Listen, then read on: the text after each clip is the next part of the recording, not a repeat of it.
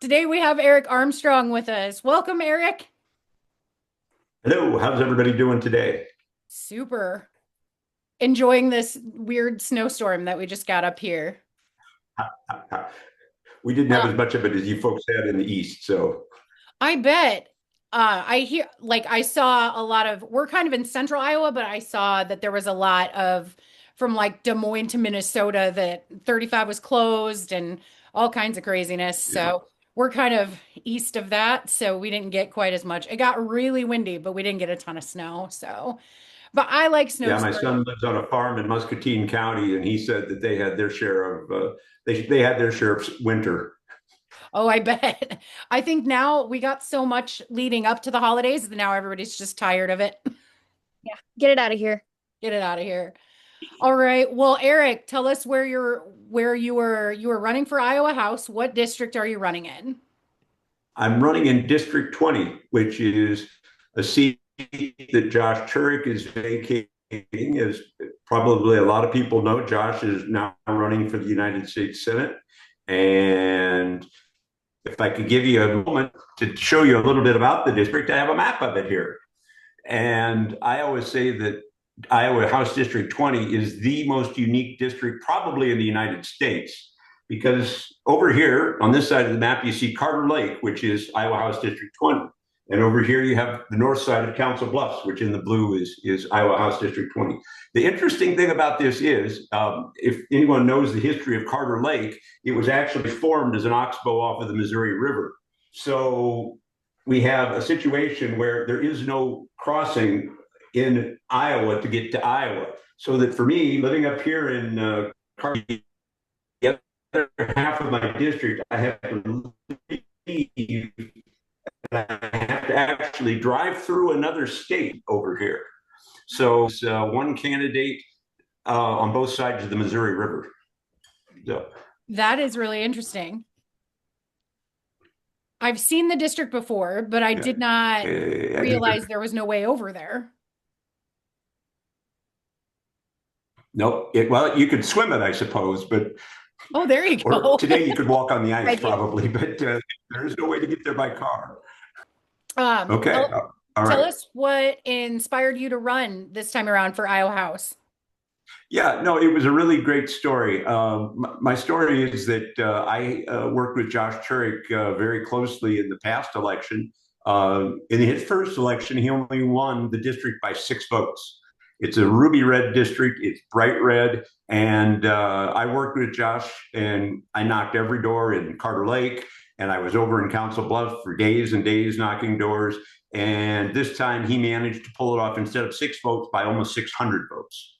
And by the way, the swing on that was he was about 20 points ahead of Trump in the Republican presidential candidate. So to say that our district is ruby red is just beginning. But at the end of the day, Josh did a great job. He's an awesome person. And we had an opportunity to go up to the state capitol in January last year and start working with Josh on a bill that improved things for actually all the border cities in Iowa that border another state. We managed to level the playing field on dock regulations, so that there was a couple of dock regulations that actually created a situation where neighbors within Carter Lake couldn't have some type of dock structure because it was illegal in Iowa. Well, it turns out after a lot of investigation, it was also legal in the other 48 states, not just Nebraska, but the other 48. So went up to Des Moines and I worked with Josh, and we were able to pass legislation to get the dock bill through. And Josh proposed the bill. He worked with it. A few other people worked with it, and we were able to get it across the governor's desk in April. So it was a good news story. And after that, Josh said he's going to run for the Senate. And I said, well, who are you going to get to run in your place?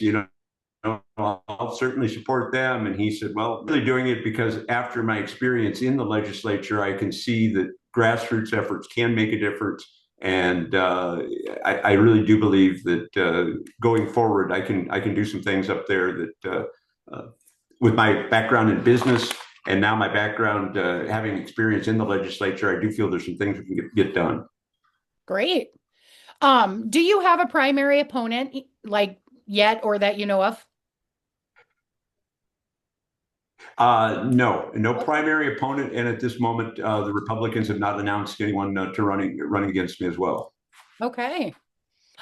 So let's see. What do you think makes you different from other Democratic candidates?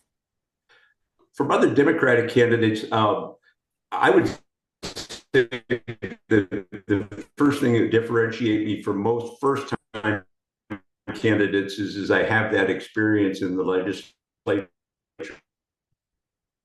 I worked for 49 years in business, and I was a businessman, and I did business all over the United States. I traveled a lot.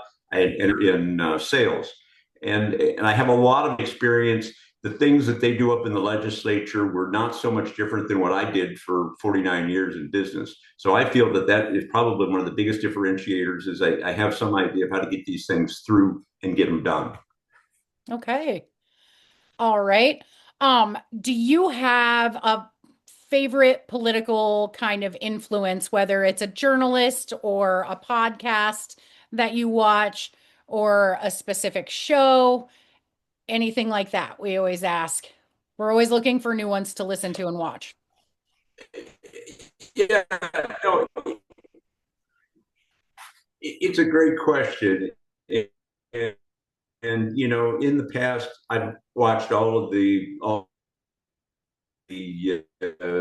major media outlets for national news. But after the last election, the standard media outlet running is I read the Des Moines Register and I read our local newspaper, the Daily Nonpareil, almost cover to cover every day to really understand Iowa. And I think that to me, one of the things I see when I'm out on the doors knocking, and I've knocked, 1,200 doors here in the past couple of months. One of the things I'm seeing is everyone's focus is over here on the national scene, but very few people realize how what do I want to say dysfunctional the state of Iowa is right now.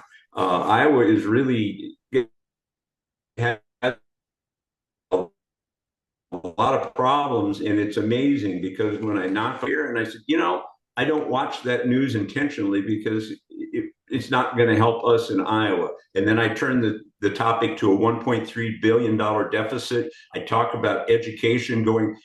I grew up in Iowa. I was born and raised in Burlington, Iowa. I've lived in Iowa nearly my whole life. And the thing about it is, when I went to school, we were always number one in education.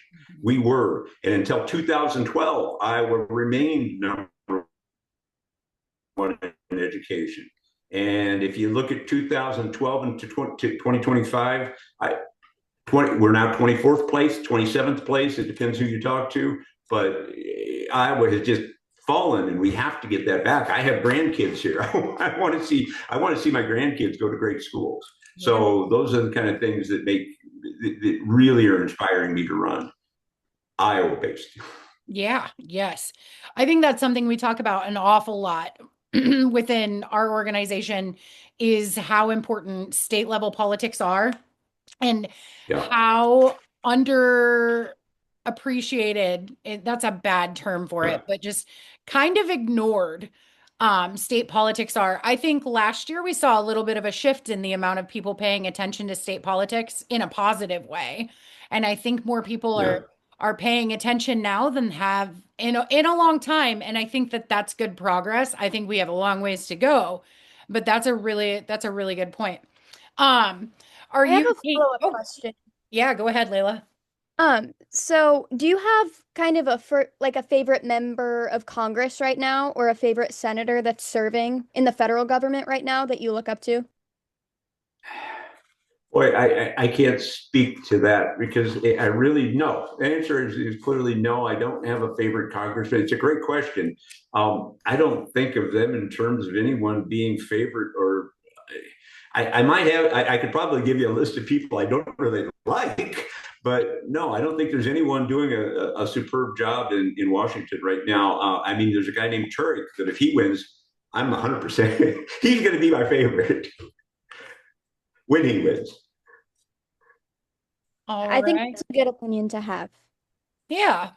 Yeah. Um, I think oftentimes it's very sometimes our elected officials are treated as celebrities. Yeah. Um, and that's kind of gross. Anyways, I um, think sometimes they'd like to believe that they are celebrities, right? yeah, for sure. Yep. Yeah, And that's especially not when just they the have, White House. yeah, it's really interesting even on a congressional level, House of Representatives, when Iowans try to schedule meetings with our representatives or calls or anything like that and get no response. That's kind of Yeah. gross. So they definitely, some people at the top obviously feel like they're too good to be talking with the minions from Iowa, which is why we need Right. to replace them, right? Um, Right. Yeah. so By the way, I mean, my other would be Senator Harkin was my favorite. How's that? that's He's a good answer. We'll awesome. take that answer. All right. Um, so while running, do you plan to take corporate PAC money? Do you plan to take corporate PAC money once you're in office?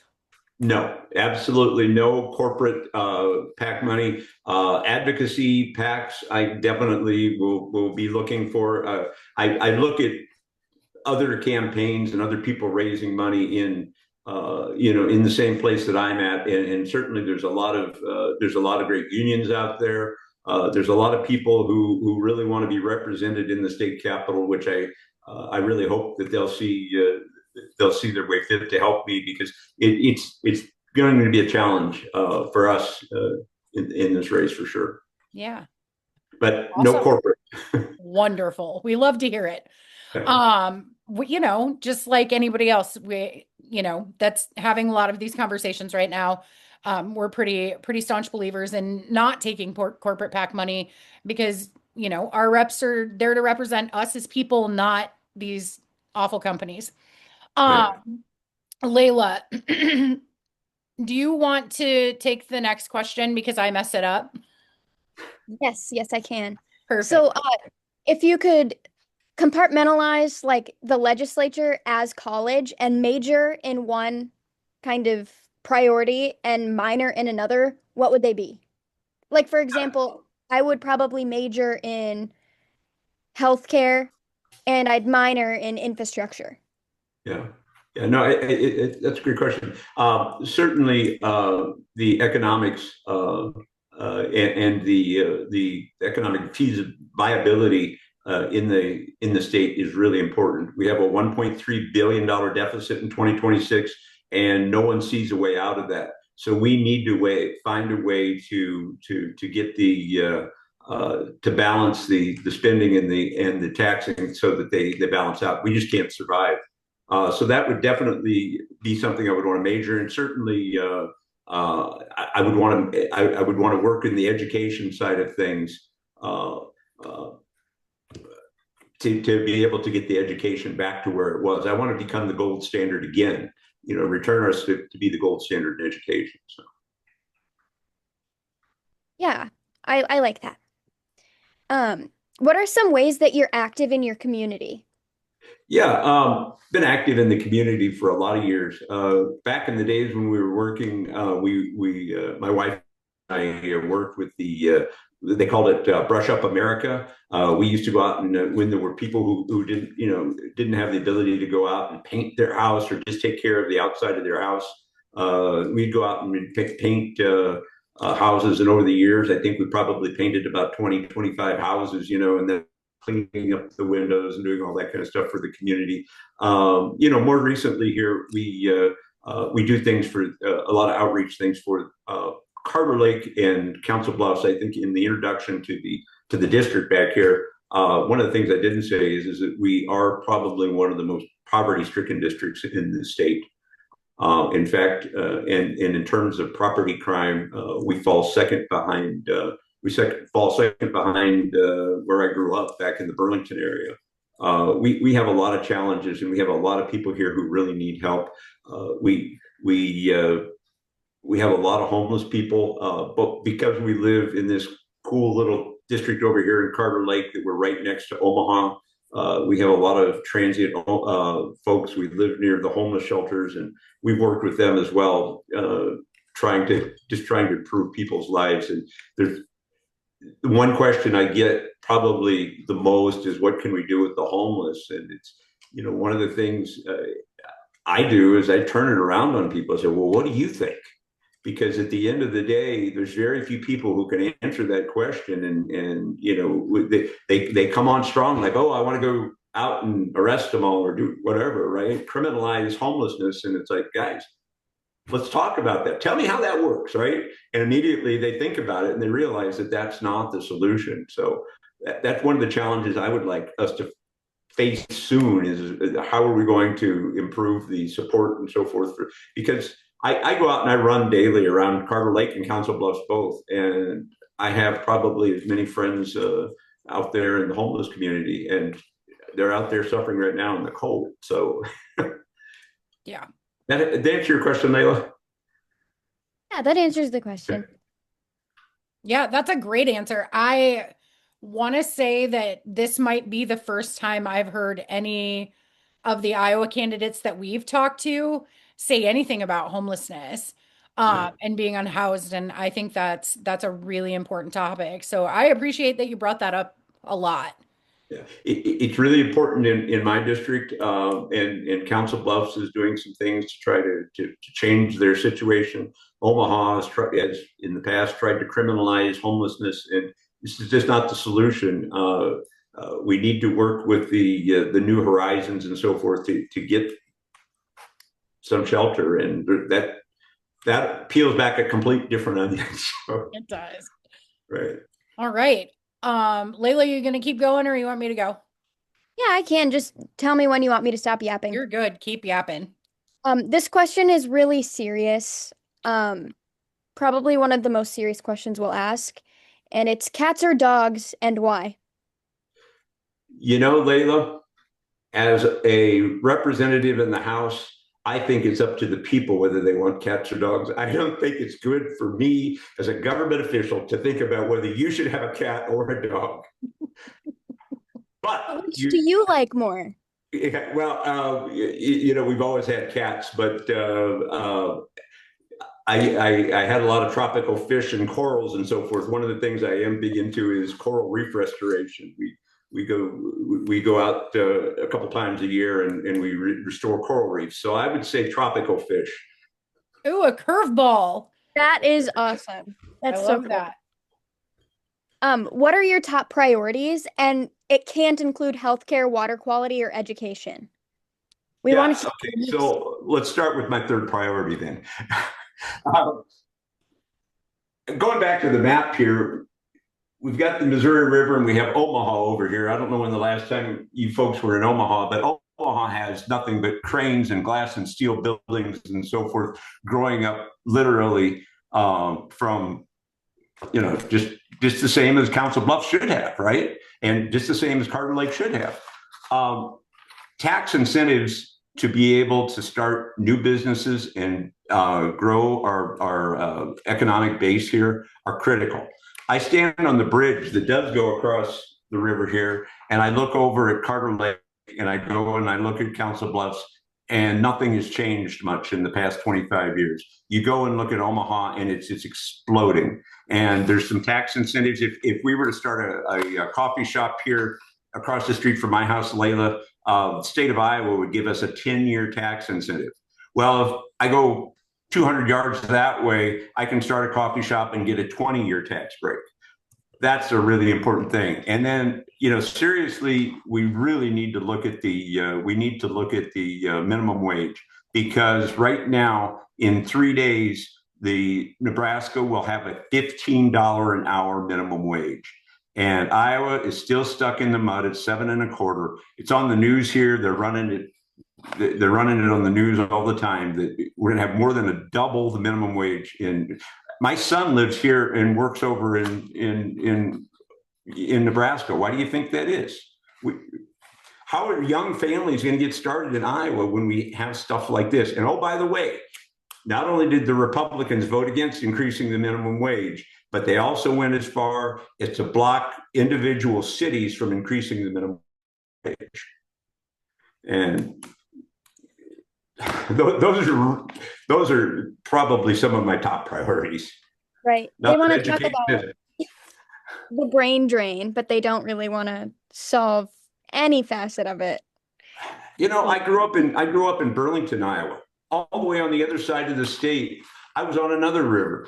And now the Des Moines Register about 3 months ago published an article that they talked about the 10 fastest shrinking cities in Iowa. Burlington was one of them, but there were, of the top 10, seven of the top 10 cities that are the fastest shrinking in Iowa are on the Mississippi River. Border areas are just, it just tells you how challenging things are in Iowa when people are leaving that fast. The brain drain is an example. Yeah. Do you support the private school voucher program? No, I do not. Uh, and there's a lot of solutions to it.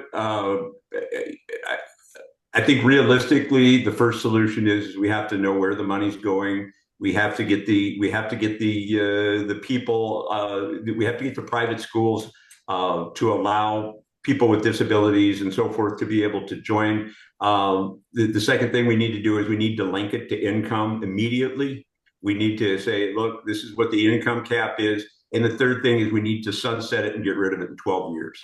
I don't think it's realistically that we can pull the carpet out from underneath people that have got their kids started on it. But 12 years, it's gone again. Right. Yeah, I know that it's kind of a huge conversation, especially with Democrats running, whether the end goal should be to rid private school vouchers or to, quote, work with them. I don't think that there's a way to support public education and have private school vouchers at the same time in rural Iowa. You're absolutely right. And I can give you dozens of reasons. I've been to the school board meetings and I've talked to the members of the school boards. And I can't tell you how many educators I've spoken with when I'm out knocking doors. They'll really kind of tell you what's going on in the schools. And there's so many things. It's not just about funding, right? It's just the control that the Iowa legislature is having over is having over the school boards. And I mean everything from banning books to how they want to run their school. And we need to take it out of the state level. We need to get it back to the school boards and the parents. I could not agree more with that statement. Yeah, I agree. I get really sad when I think about our public education system right now. I have two granddaughters that live in this state, and boy, I'm worried. Mm-hmm. I Yeah. know they won't be going to private schools. We don't have any private schools. Not any. Another Well, threat. in our area, we have one private school, but it's only K through 8. So after the 8th grade, you have to go to public school or drive Over a an hour and a distance. Yeah, an hour and Right. a half, I think. So I still have kids in school. They're in public school, small town public school. And if, for some reason that was not an option, we would be transporting quite a ways to get to another school district. So Right. I think it's a bigger deal than, education's a huge deal and everyone knows it's a huge deal, but I don't think a lot of people, especially in more populated areas, realize how big of a deal it is in, rural, smaller communities. Just because they're like, well, I have 5 schools to choose from. We have Yeah. one, you know, Well, but and I think there's another issue when you're in a situation, let's say Council Bluffs, for example. Carter Lake, by the way, we have an elementary school, but all of our kids have to get bused through that other state to get to their school starting in middle school. So, oh, like I say, wow. the district does actually have some interesting things about it. But more than that, the balance between the school districts. Oh, did you just freeze on me, Heather? I did, but I clicked my video off so you can't see me. It seems to calm the freezing down. All right. So the point I'm making here is that we have the ability to transfer, to whichever high school you want to be into. The challenge is that we have a really good high school on the east side of Council Bluffs, and a lot of the students are deciding that they want to be over in that high school. It's leaving the other high schools. I mean, there are basic infrastructure costs, there's basic maintenance costs, and so forth that you have with any building. It doesn't matter whether it's a school or a, you know, and if you take the money and move it to another school over here, all at once this other one becomes unstable. The other school becomes unstable because you don't have enough funds coming in to support the basics. Right. So we have a little bit different situation, but when you have the ability to make those transfers uh, and choose which high school you want to go to, it can become its own problem, if you know what I'm saying. Yeah. Yeah. What would you consider valid experience for someone who's running for the Iowa House? Well, first of all, it's not for everyone. I've clearly seen that with my friend Josh Turek and getting to know some of the legislators up there. I'm not sure it's experiential, but I do think it's important that people realize that to take the position, you have to have the first 4 months of the year wide open so that you can drive back and forth through snowstorms to Des Moines. If you're living in Des Moines, you still have to be you have to be in session and on the floor for about 3.5 to 4 months at the beginning of each year. So it's not something that everyone can do. I think a lot of people have children and so forth, and they're spending a lot of time away from their kids. And in talking to those legislators, that's a challenge. As far as the actual experience, I think you really need to go up and spend some time in Des Moines. If I had no time previously in Des Moines, I would say the one advice I could give to someone if they want to run for a House district or a Senate position is you go and you spend a few weeks in Des Moines. You find grassroots a grassroots cause that you want to lobby for. I think I'm going to probably be lobbying for minimum wage increase this coming session. But you find something and then you go sit through some subcommittees. I mean, you sit through the subcommittees, you go to the committees, you go and you see your bill. The challenge is between the committee and the floor vote, you really have to find a way. You need to understand that to get to that floor vote, you have to have an agreement by the Republican caucus in either the House or the Senate, or they will put you on the floor. It's that simple. No matter how many bills a Democrat proposes, if the caucus themselves, the Republican caucus, doesn't want you on the floor, you're not getting to the floor. Perfect example of that was the carbon pipeline bill in the last session. 12 senators actually bought out and said, we're not buying anything else until the other half of the caucus comes to, obviously they got the bill passed, but then the governor, blocked that. But the point being is that you need to go up and see how these things work, because it's not like they taught you in civics class. It's not the same stuff.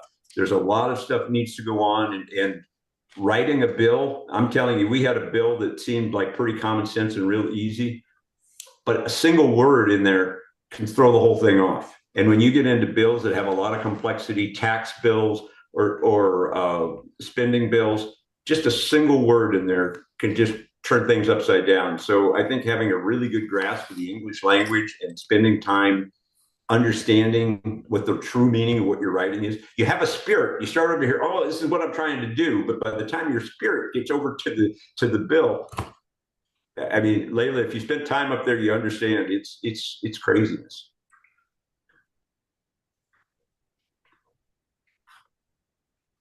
Did you want to take the rest of the questions?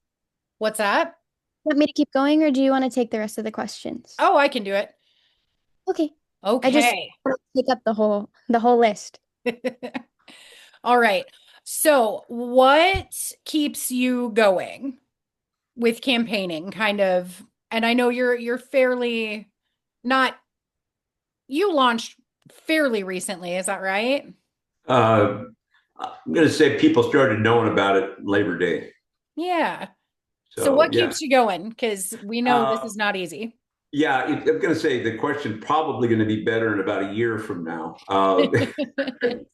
No, I get up every morning and I go out and I take a run around my community and I meet people and people know who I am and I see them, they honk at me, wave at me, and they inspire me. The people in the district inspire me, and in the hopes that we can really actually make some improvements. I that really is what it comes down to, is being able to go out and see the people who really do need you to do something, and that's inspired me. I don't know how we're going to end up next year in the House. If we keep this seat, we still need we still need 18 more seats to be able to really make an impact in uh, if we lose this seat, we need 19 seats. So the Right. point is that we need to keep every seat. That inspires me. Josh has inspired me a lot because I really respect the guy and I appreciate everything he's done, and I'm trying to follow him the best I can. All right. Couple rapid fire questions. They're going to be about policy stances. Um, Women's health, pro-choice. I, I absolutely believe the government. If you looked at my social politics, you'll see that I'm very stand on the civil libertarian side of things. I don't believe the government has the right to interfere in anyone's policies, in their health, in who they love.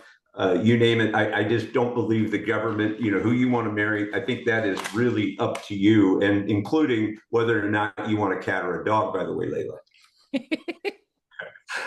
I had to come back to that. Very good. Very good. Okay. So that kind of takes care of the broad spectrum of things that are on the rapid fire list with LGBTQ plus rights, trans rights, all of the things, I assume. Yes? Yep. Perfect. So, two more questions. We went through Yes. this fast. Why should your constituents vote for you? You know, the reason I would vote for me was because I'm an authentic person. I'm 67 years old now, and I'm not going to make this a lifetime deal. I can tell you that, I'm not going to go and see if I can get, 10 terms under my belt. I'm going to do the best for my kids and my grandkids. There's very few things. I think there's probably nothing I could do in office in a couple of years that would actually personally benefit me.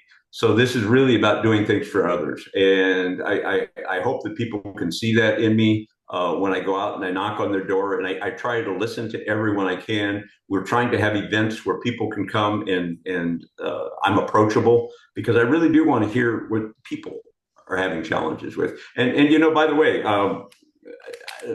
your rapid fire list of questions there, that's those frankly right now aren't what I'm hearing on the doors. The Yes. I'm hearing a lot about, certainly women's right, to their own health choices. That's one that I feel strongly about. But nonetheless, beyond that, right now, it's about affordability. It's Mhm. about the fact that there are so many people. We're in an urban area here, and it has a lot of challenges. It really is difficult for people to be able to pay their rent. It's difficult for people to buy groceries. We're working on a thing on Saturday to make baskets to deliver to people of fresh vegetables. By the way, the other thing I wanted to go back to my map here real quick. Carter Lake is a food desert. Um, the closest grocery store, leave the state, go over here and drive this way. We are literally in a food desert, and it's one of the challenges. One of the things, if there was something I could fix, snap my fingers and fix, it would be to try to get Carter Lake a grocery store. All of our grocery stores in the area have closed, and they never really were great grocery stores. But we need access to just fresh produce and vegetables and just Yeah. common sense stuff. That sounds very much like a little bit of an island in the middle of land. Yeah, well, the thing about it is these people in Omaha right here are in a food desert too. Yeah. There's a couple of what I say gas stations that have expanded convenience stores where you can go buy steak for $40 a pound or something. Oh my goodness. It's crazy, but yeah, they're in the same situation. That is a really interesting district. Yeah. Cool. Okay, last question. What's your big ask? Share us your socials, your website, where people can find you, all of the things. Yeah, certainly. Armstrong for Iowa with FOR, not the number four. Armstrongforiowa.com is a great place to find me. Eric Armstrong for House District 20 on my website. I think you can find your way to the rest of the social stuff from there. This is going to be a hard fought race. Last year in Josh's race, there was a donor from Kansas that we all know that put almost $500,000 into Josh's campaign. Or I'm sorry, against in his opponent, his Republican Yeah. opponent. And I think we know who that person is. And it's the person who is driving farmers out of business today. He's destroying our farms. He's destroying the ability to make money by farming. I mean, I grew up in a farm family. My parents were farmers. My brother lives on a farm. My son has a farm in Wilton. It's disaster what's going on there. I don't have to tell you about the soybean prices or money going to Argentina, any of that. But those folks that are donating things like $500,000 to uh, a small campaign that, let's face it, this is a $25,000 a year job that you get a per diem, right? You can pay for a hotel. Right. It's not an attractive job, and the fact that they're spending that kind of money, we fully expect that they're going to, because Josh is vacating, that they're fully coming after us. So if there was an ask, please hit the donate button on my webpage. Give everything you can, because we got to get the momentum. I can tell you right now that our family is in this about as far as we can get into it. We need some more support. Awesome. Okay. Right. Perfect. Money. And then when it gets closer, volunteers, I'm sure, knocking doors and all the things. Yep. Yep. Um, yeah. Absolutely. And with the money, I think just to add on, I think that's something a lot of people don't realize that aren't super active in politics and just kind of watch from afar is how unbelievably funded the GOP is Yep. and the reasons for that. And it's an interesting thing when you find out that the reason that they're so funded is because they are not afraid to take money from Yep. Walmart and Exxon and big corporate places. Yep. And they're also not afraid to do the favors to get that money. Whereas Yep. that's something that, grassroots candidates right now are really trying to avoid doing. So that is a big deal. We suggest everyone donate, especially in your area. Um, do you have anything you want to say before we let you go? Uh, you know, I'd like to add on to what you just said, and that is if anyone wants to really look into this, go out to the webpage, look for 2024 election, Mm. look up Josh Churick's election and how much money he raised and so forth, and how many donors he had. He had hundreds and hundreds of small donations, whereas his competitor, the Republican, was pretty much a no name guy, but he got those commercials on television and so forth. Look how many donors he had. Just compare the number of donors, and you'll figure out really quick exactly what you're saying, Heather. And that is a very few people. And then you have to ask yourself, why are they doing that? Well, it's so that they can control the price of soybean seed, they can control the price of fuel, they can control the price of fertilizer, and possible for our farmers to make a dollar. And I'm going to go on with that one, and that is that I'm living in a very urban district here, and it's really hard to go to the doors with my constituents and talk to them about farms and the challenges we have with farms. But bad news is, if the farmer can't make it in Iowa, the tax money's not going to be there, and the next thing that's going to happen is we have a $1.3 billion deficit. There it is. Yep. Awesome. So that's all I have to say now. Fabulous. Thank you so much for coming on and chatting with us, Eric. Thank you. Good luck with your campaign. We'll follow along, reach out if you need anything. We'll definitely keep an eye on your race.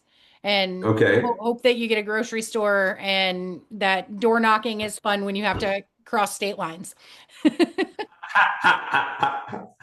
Thank you, Heather. Yes, have a great night. Yeah, thank you. Bye. Bye.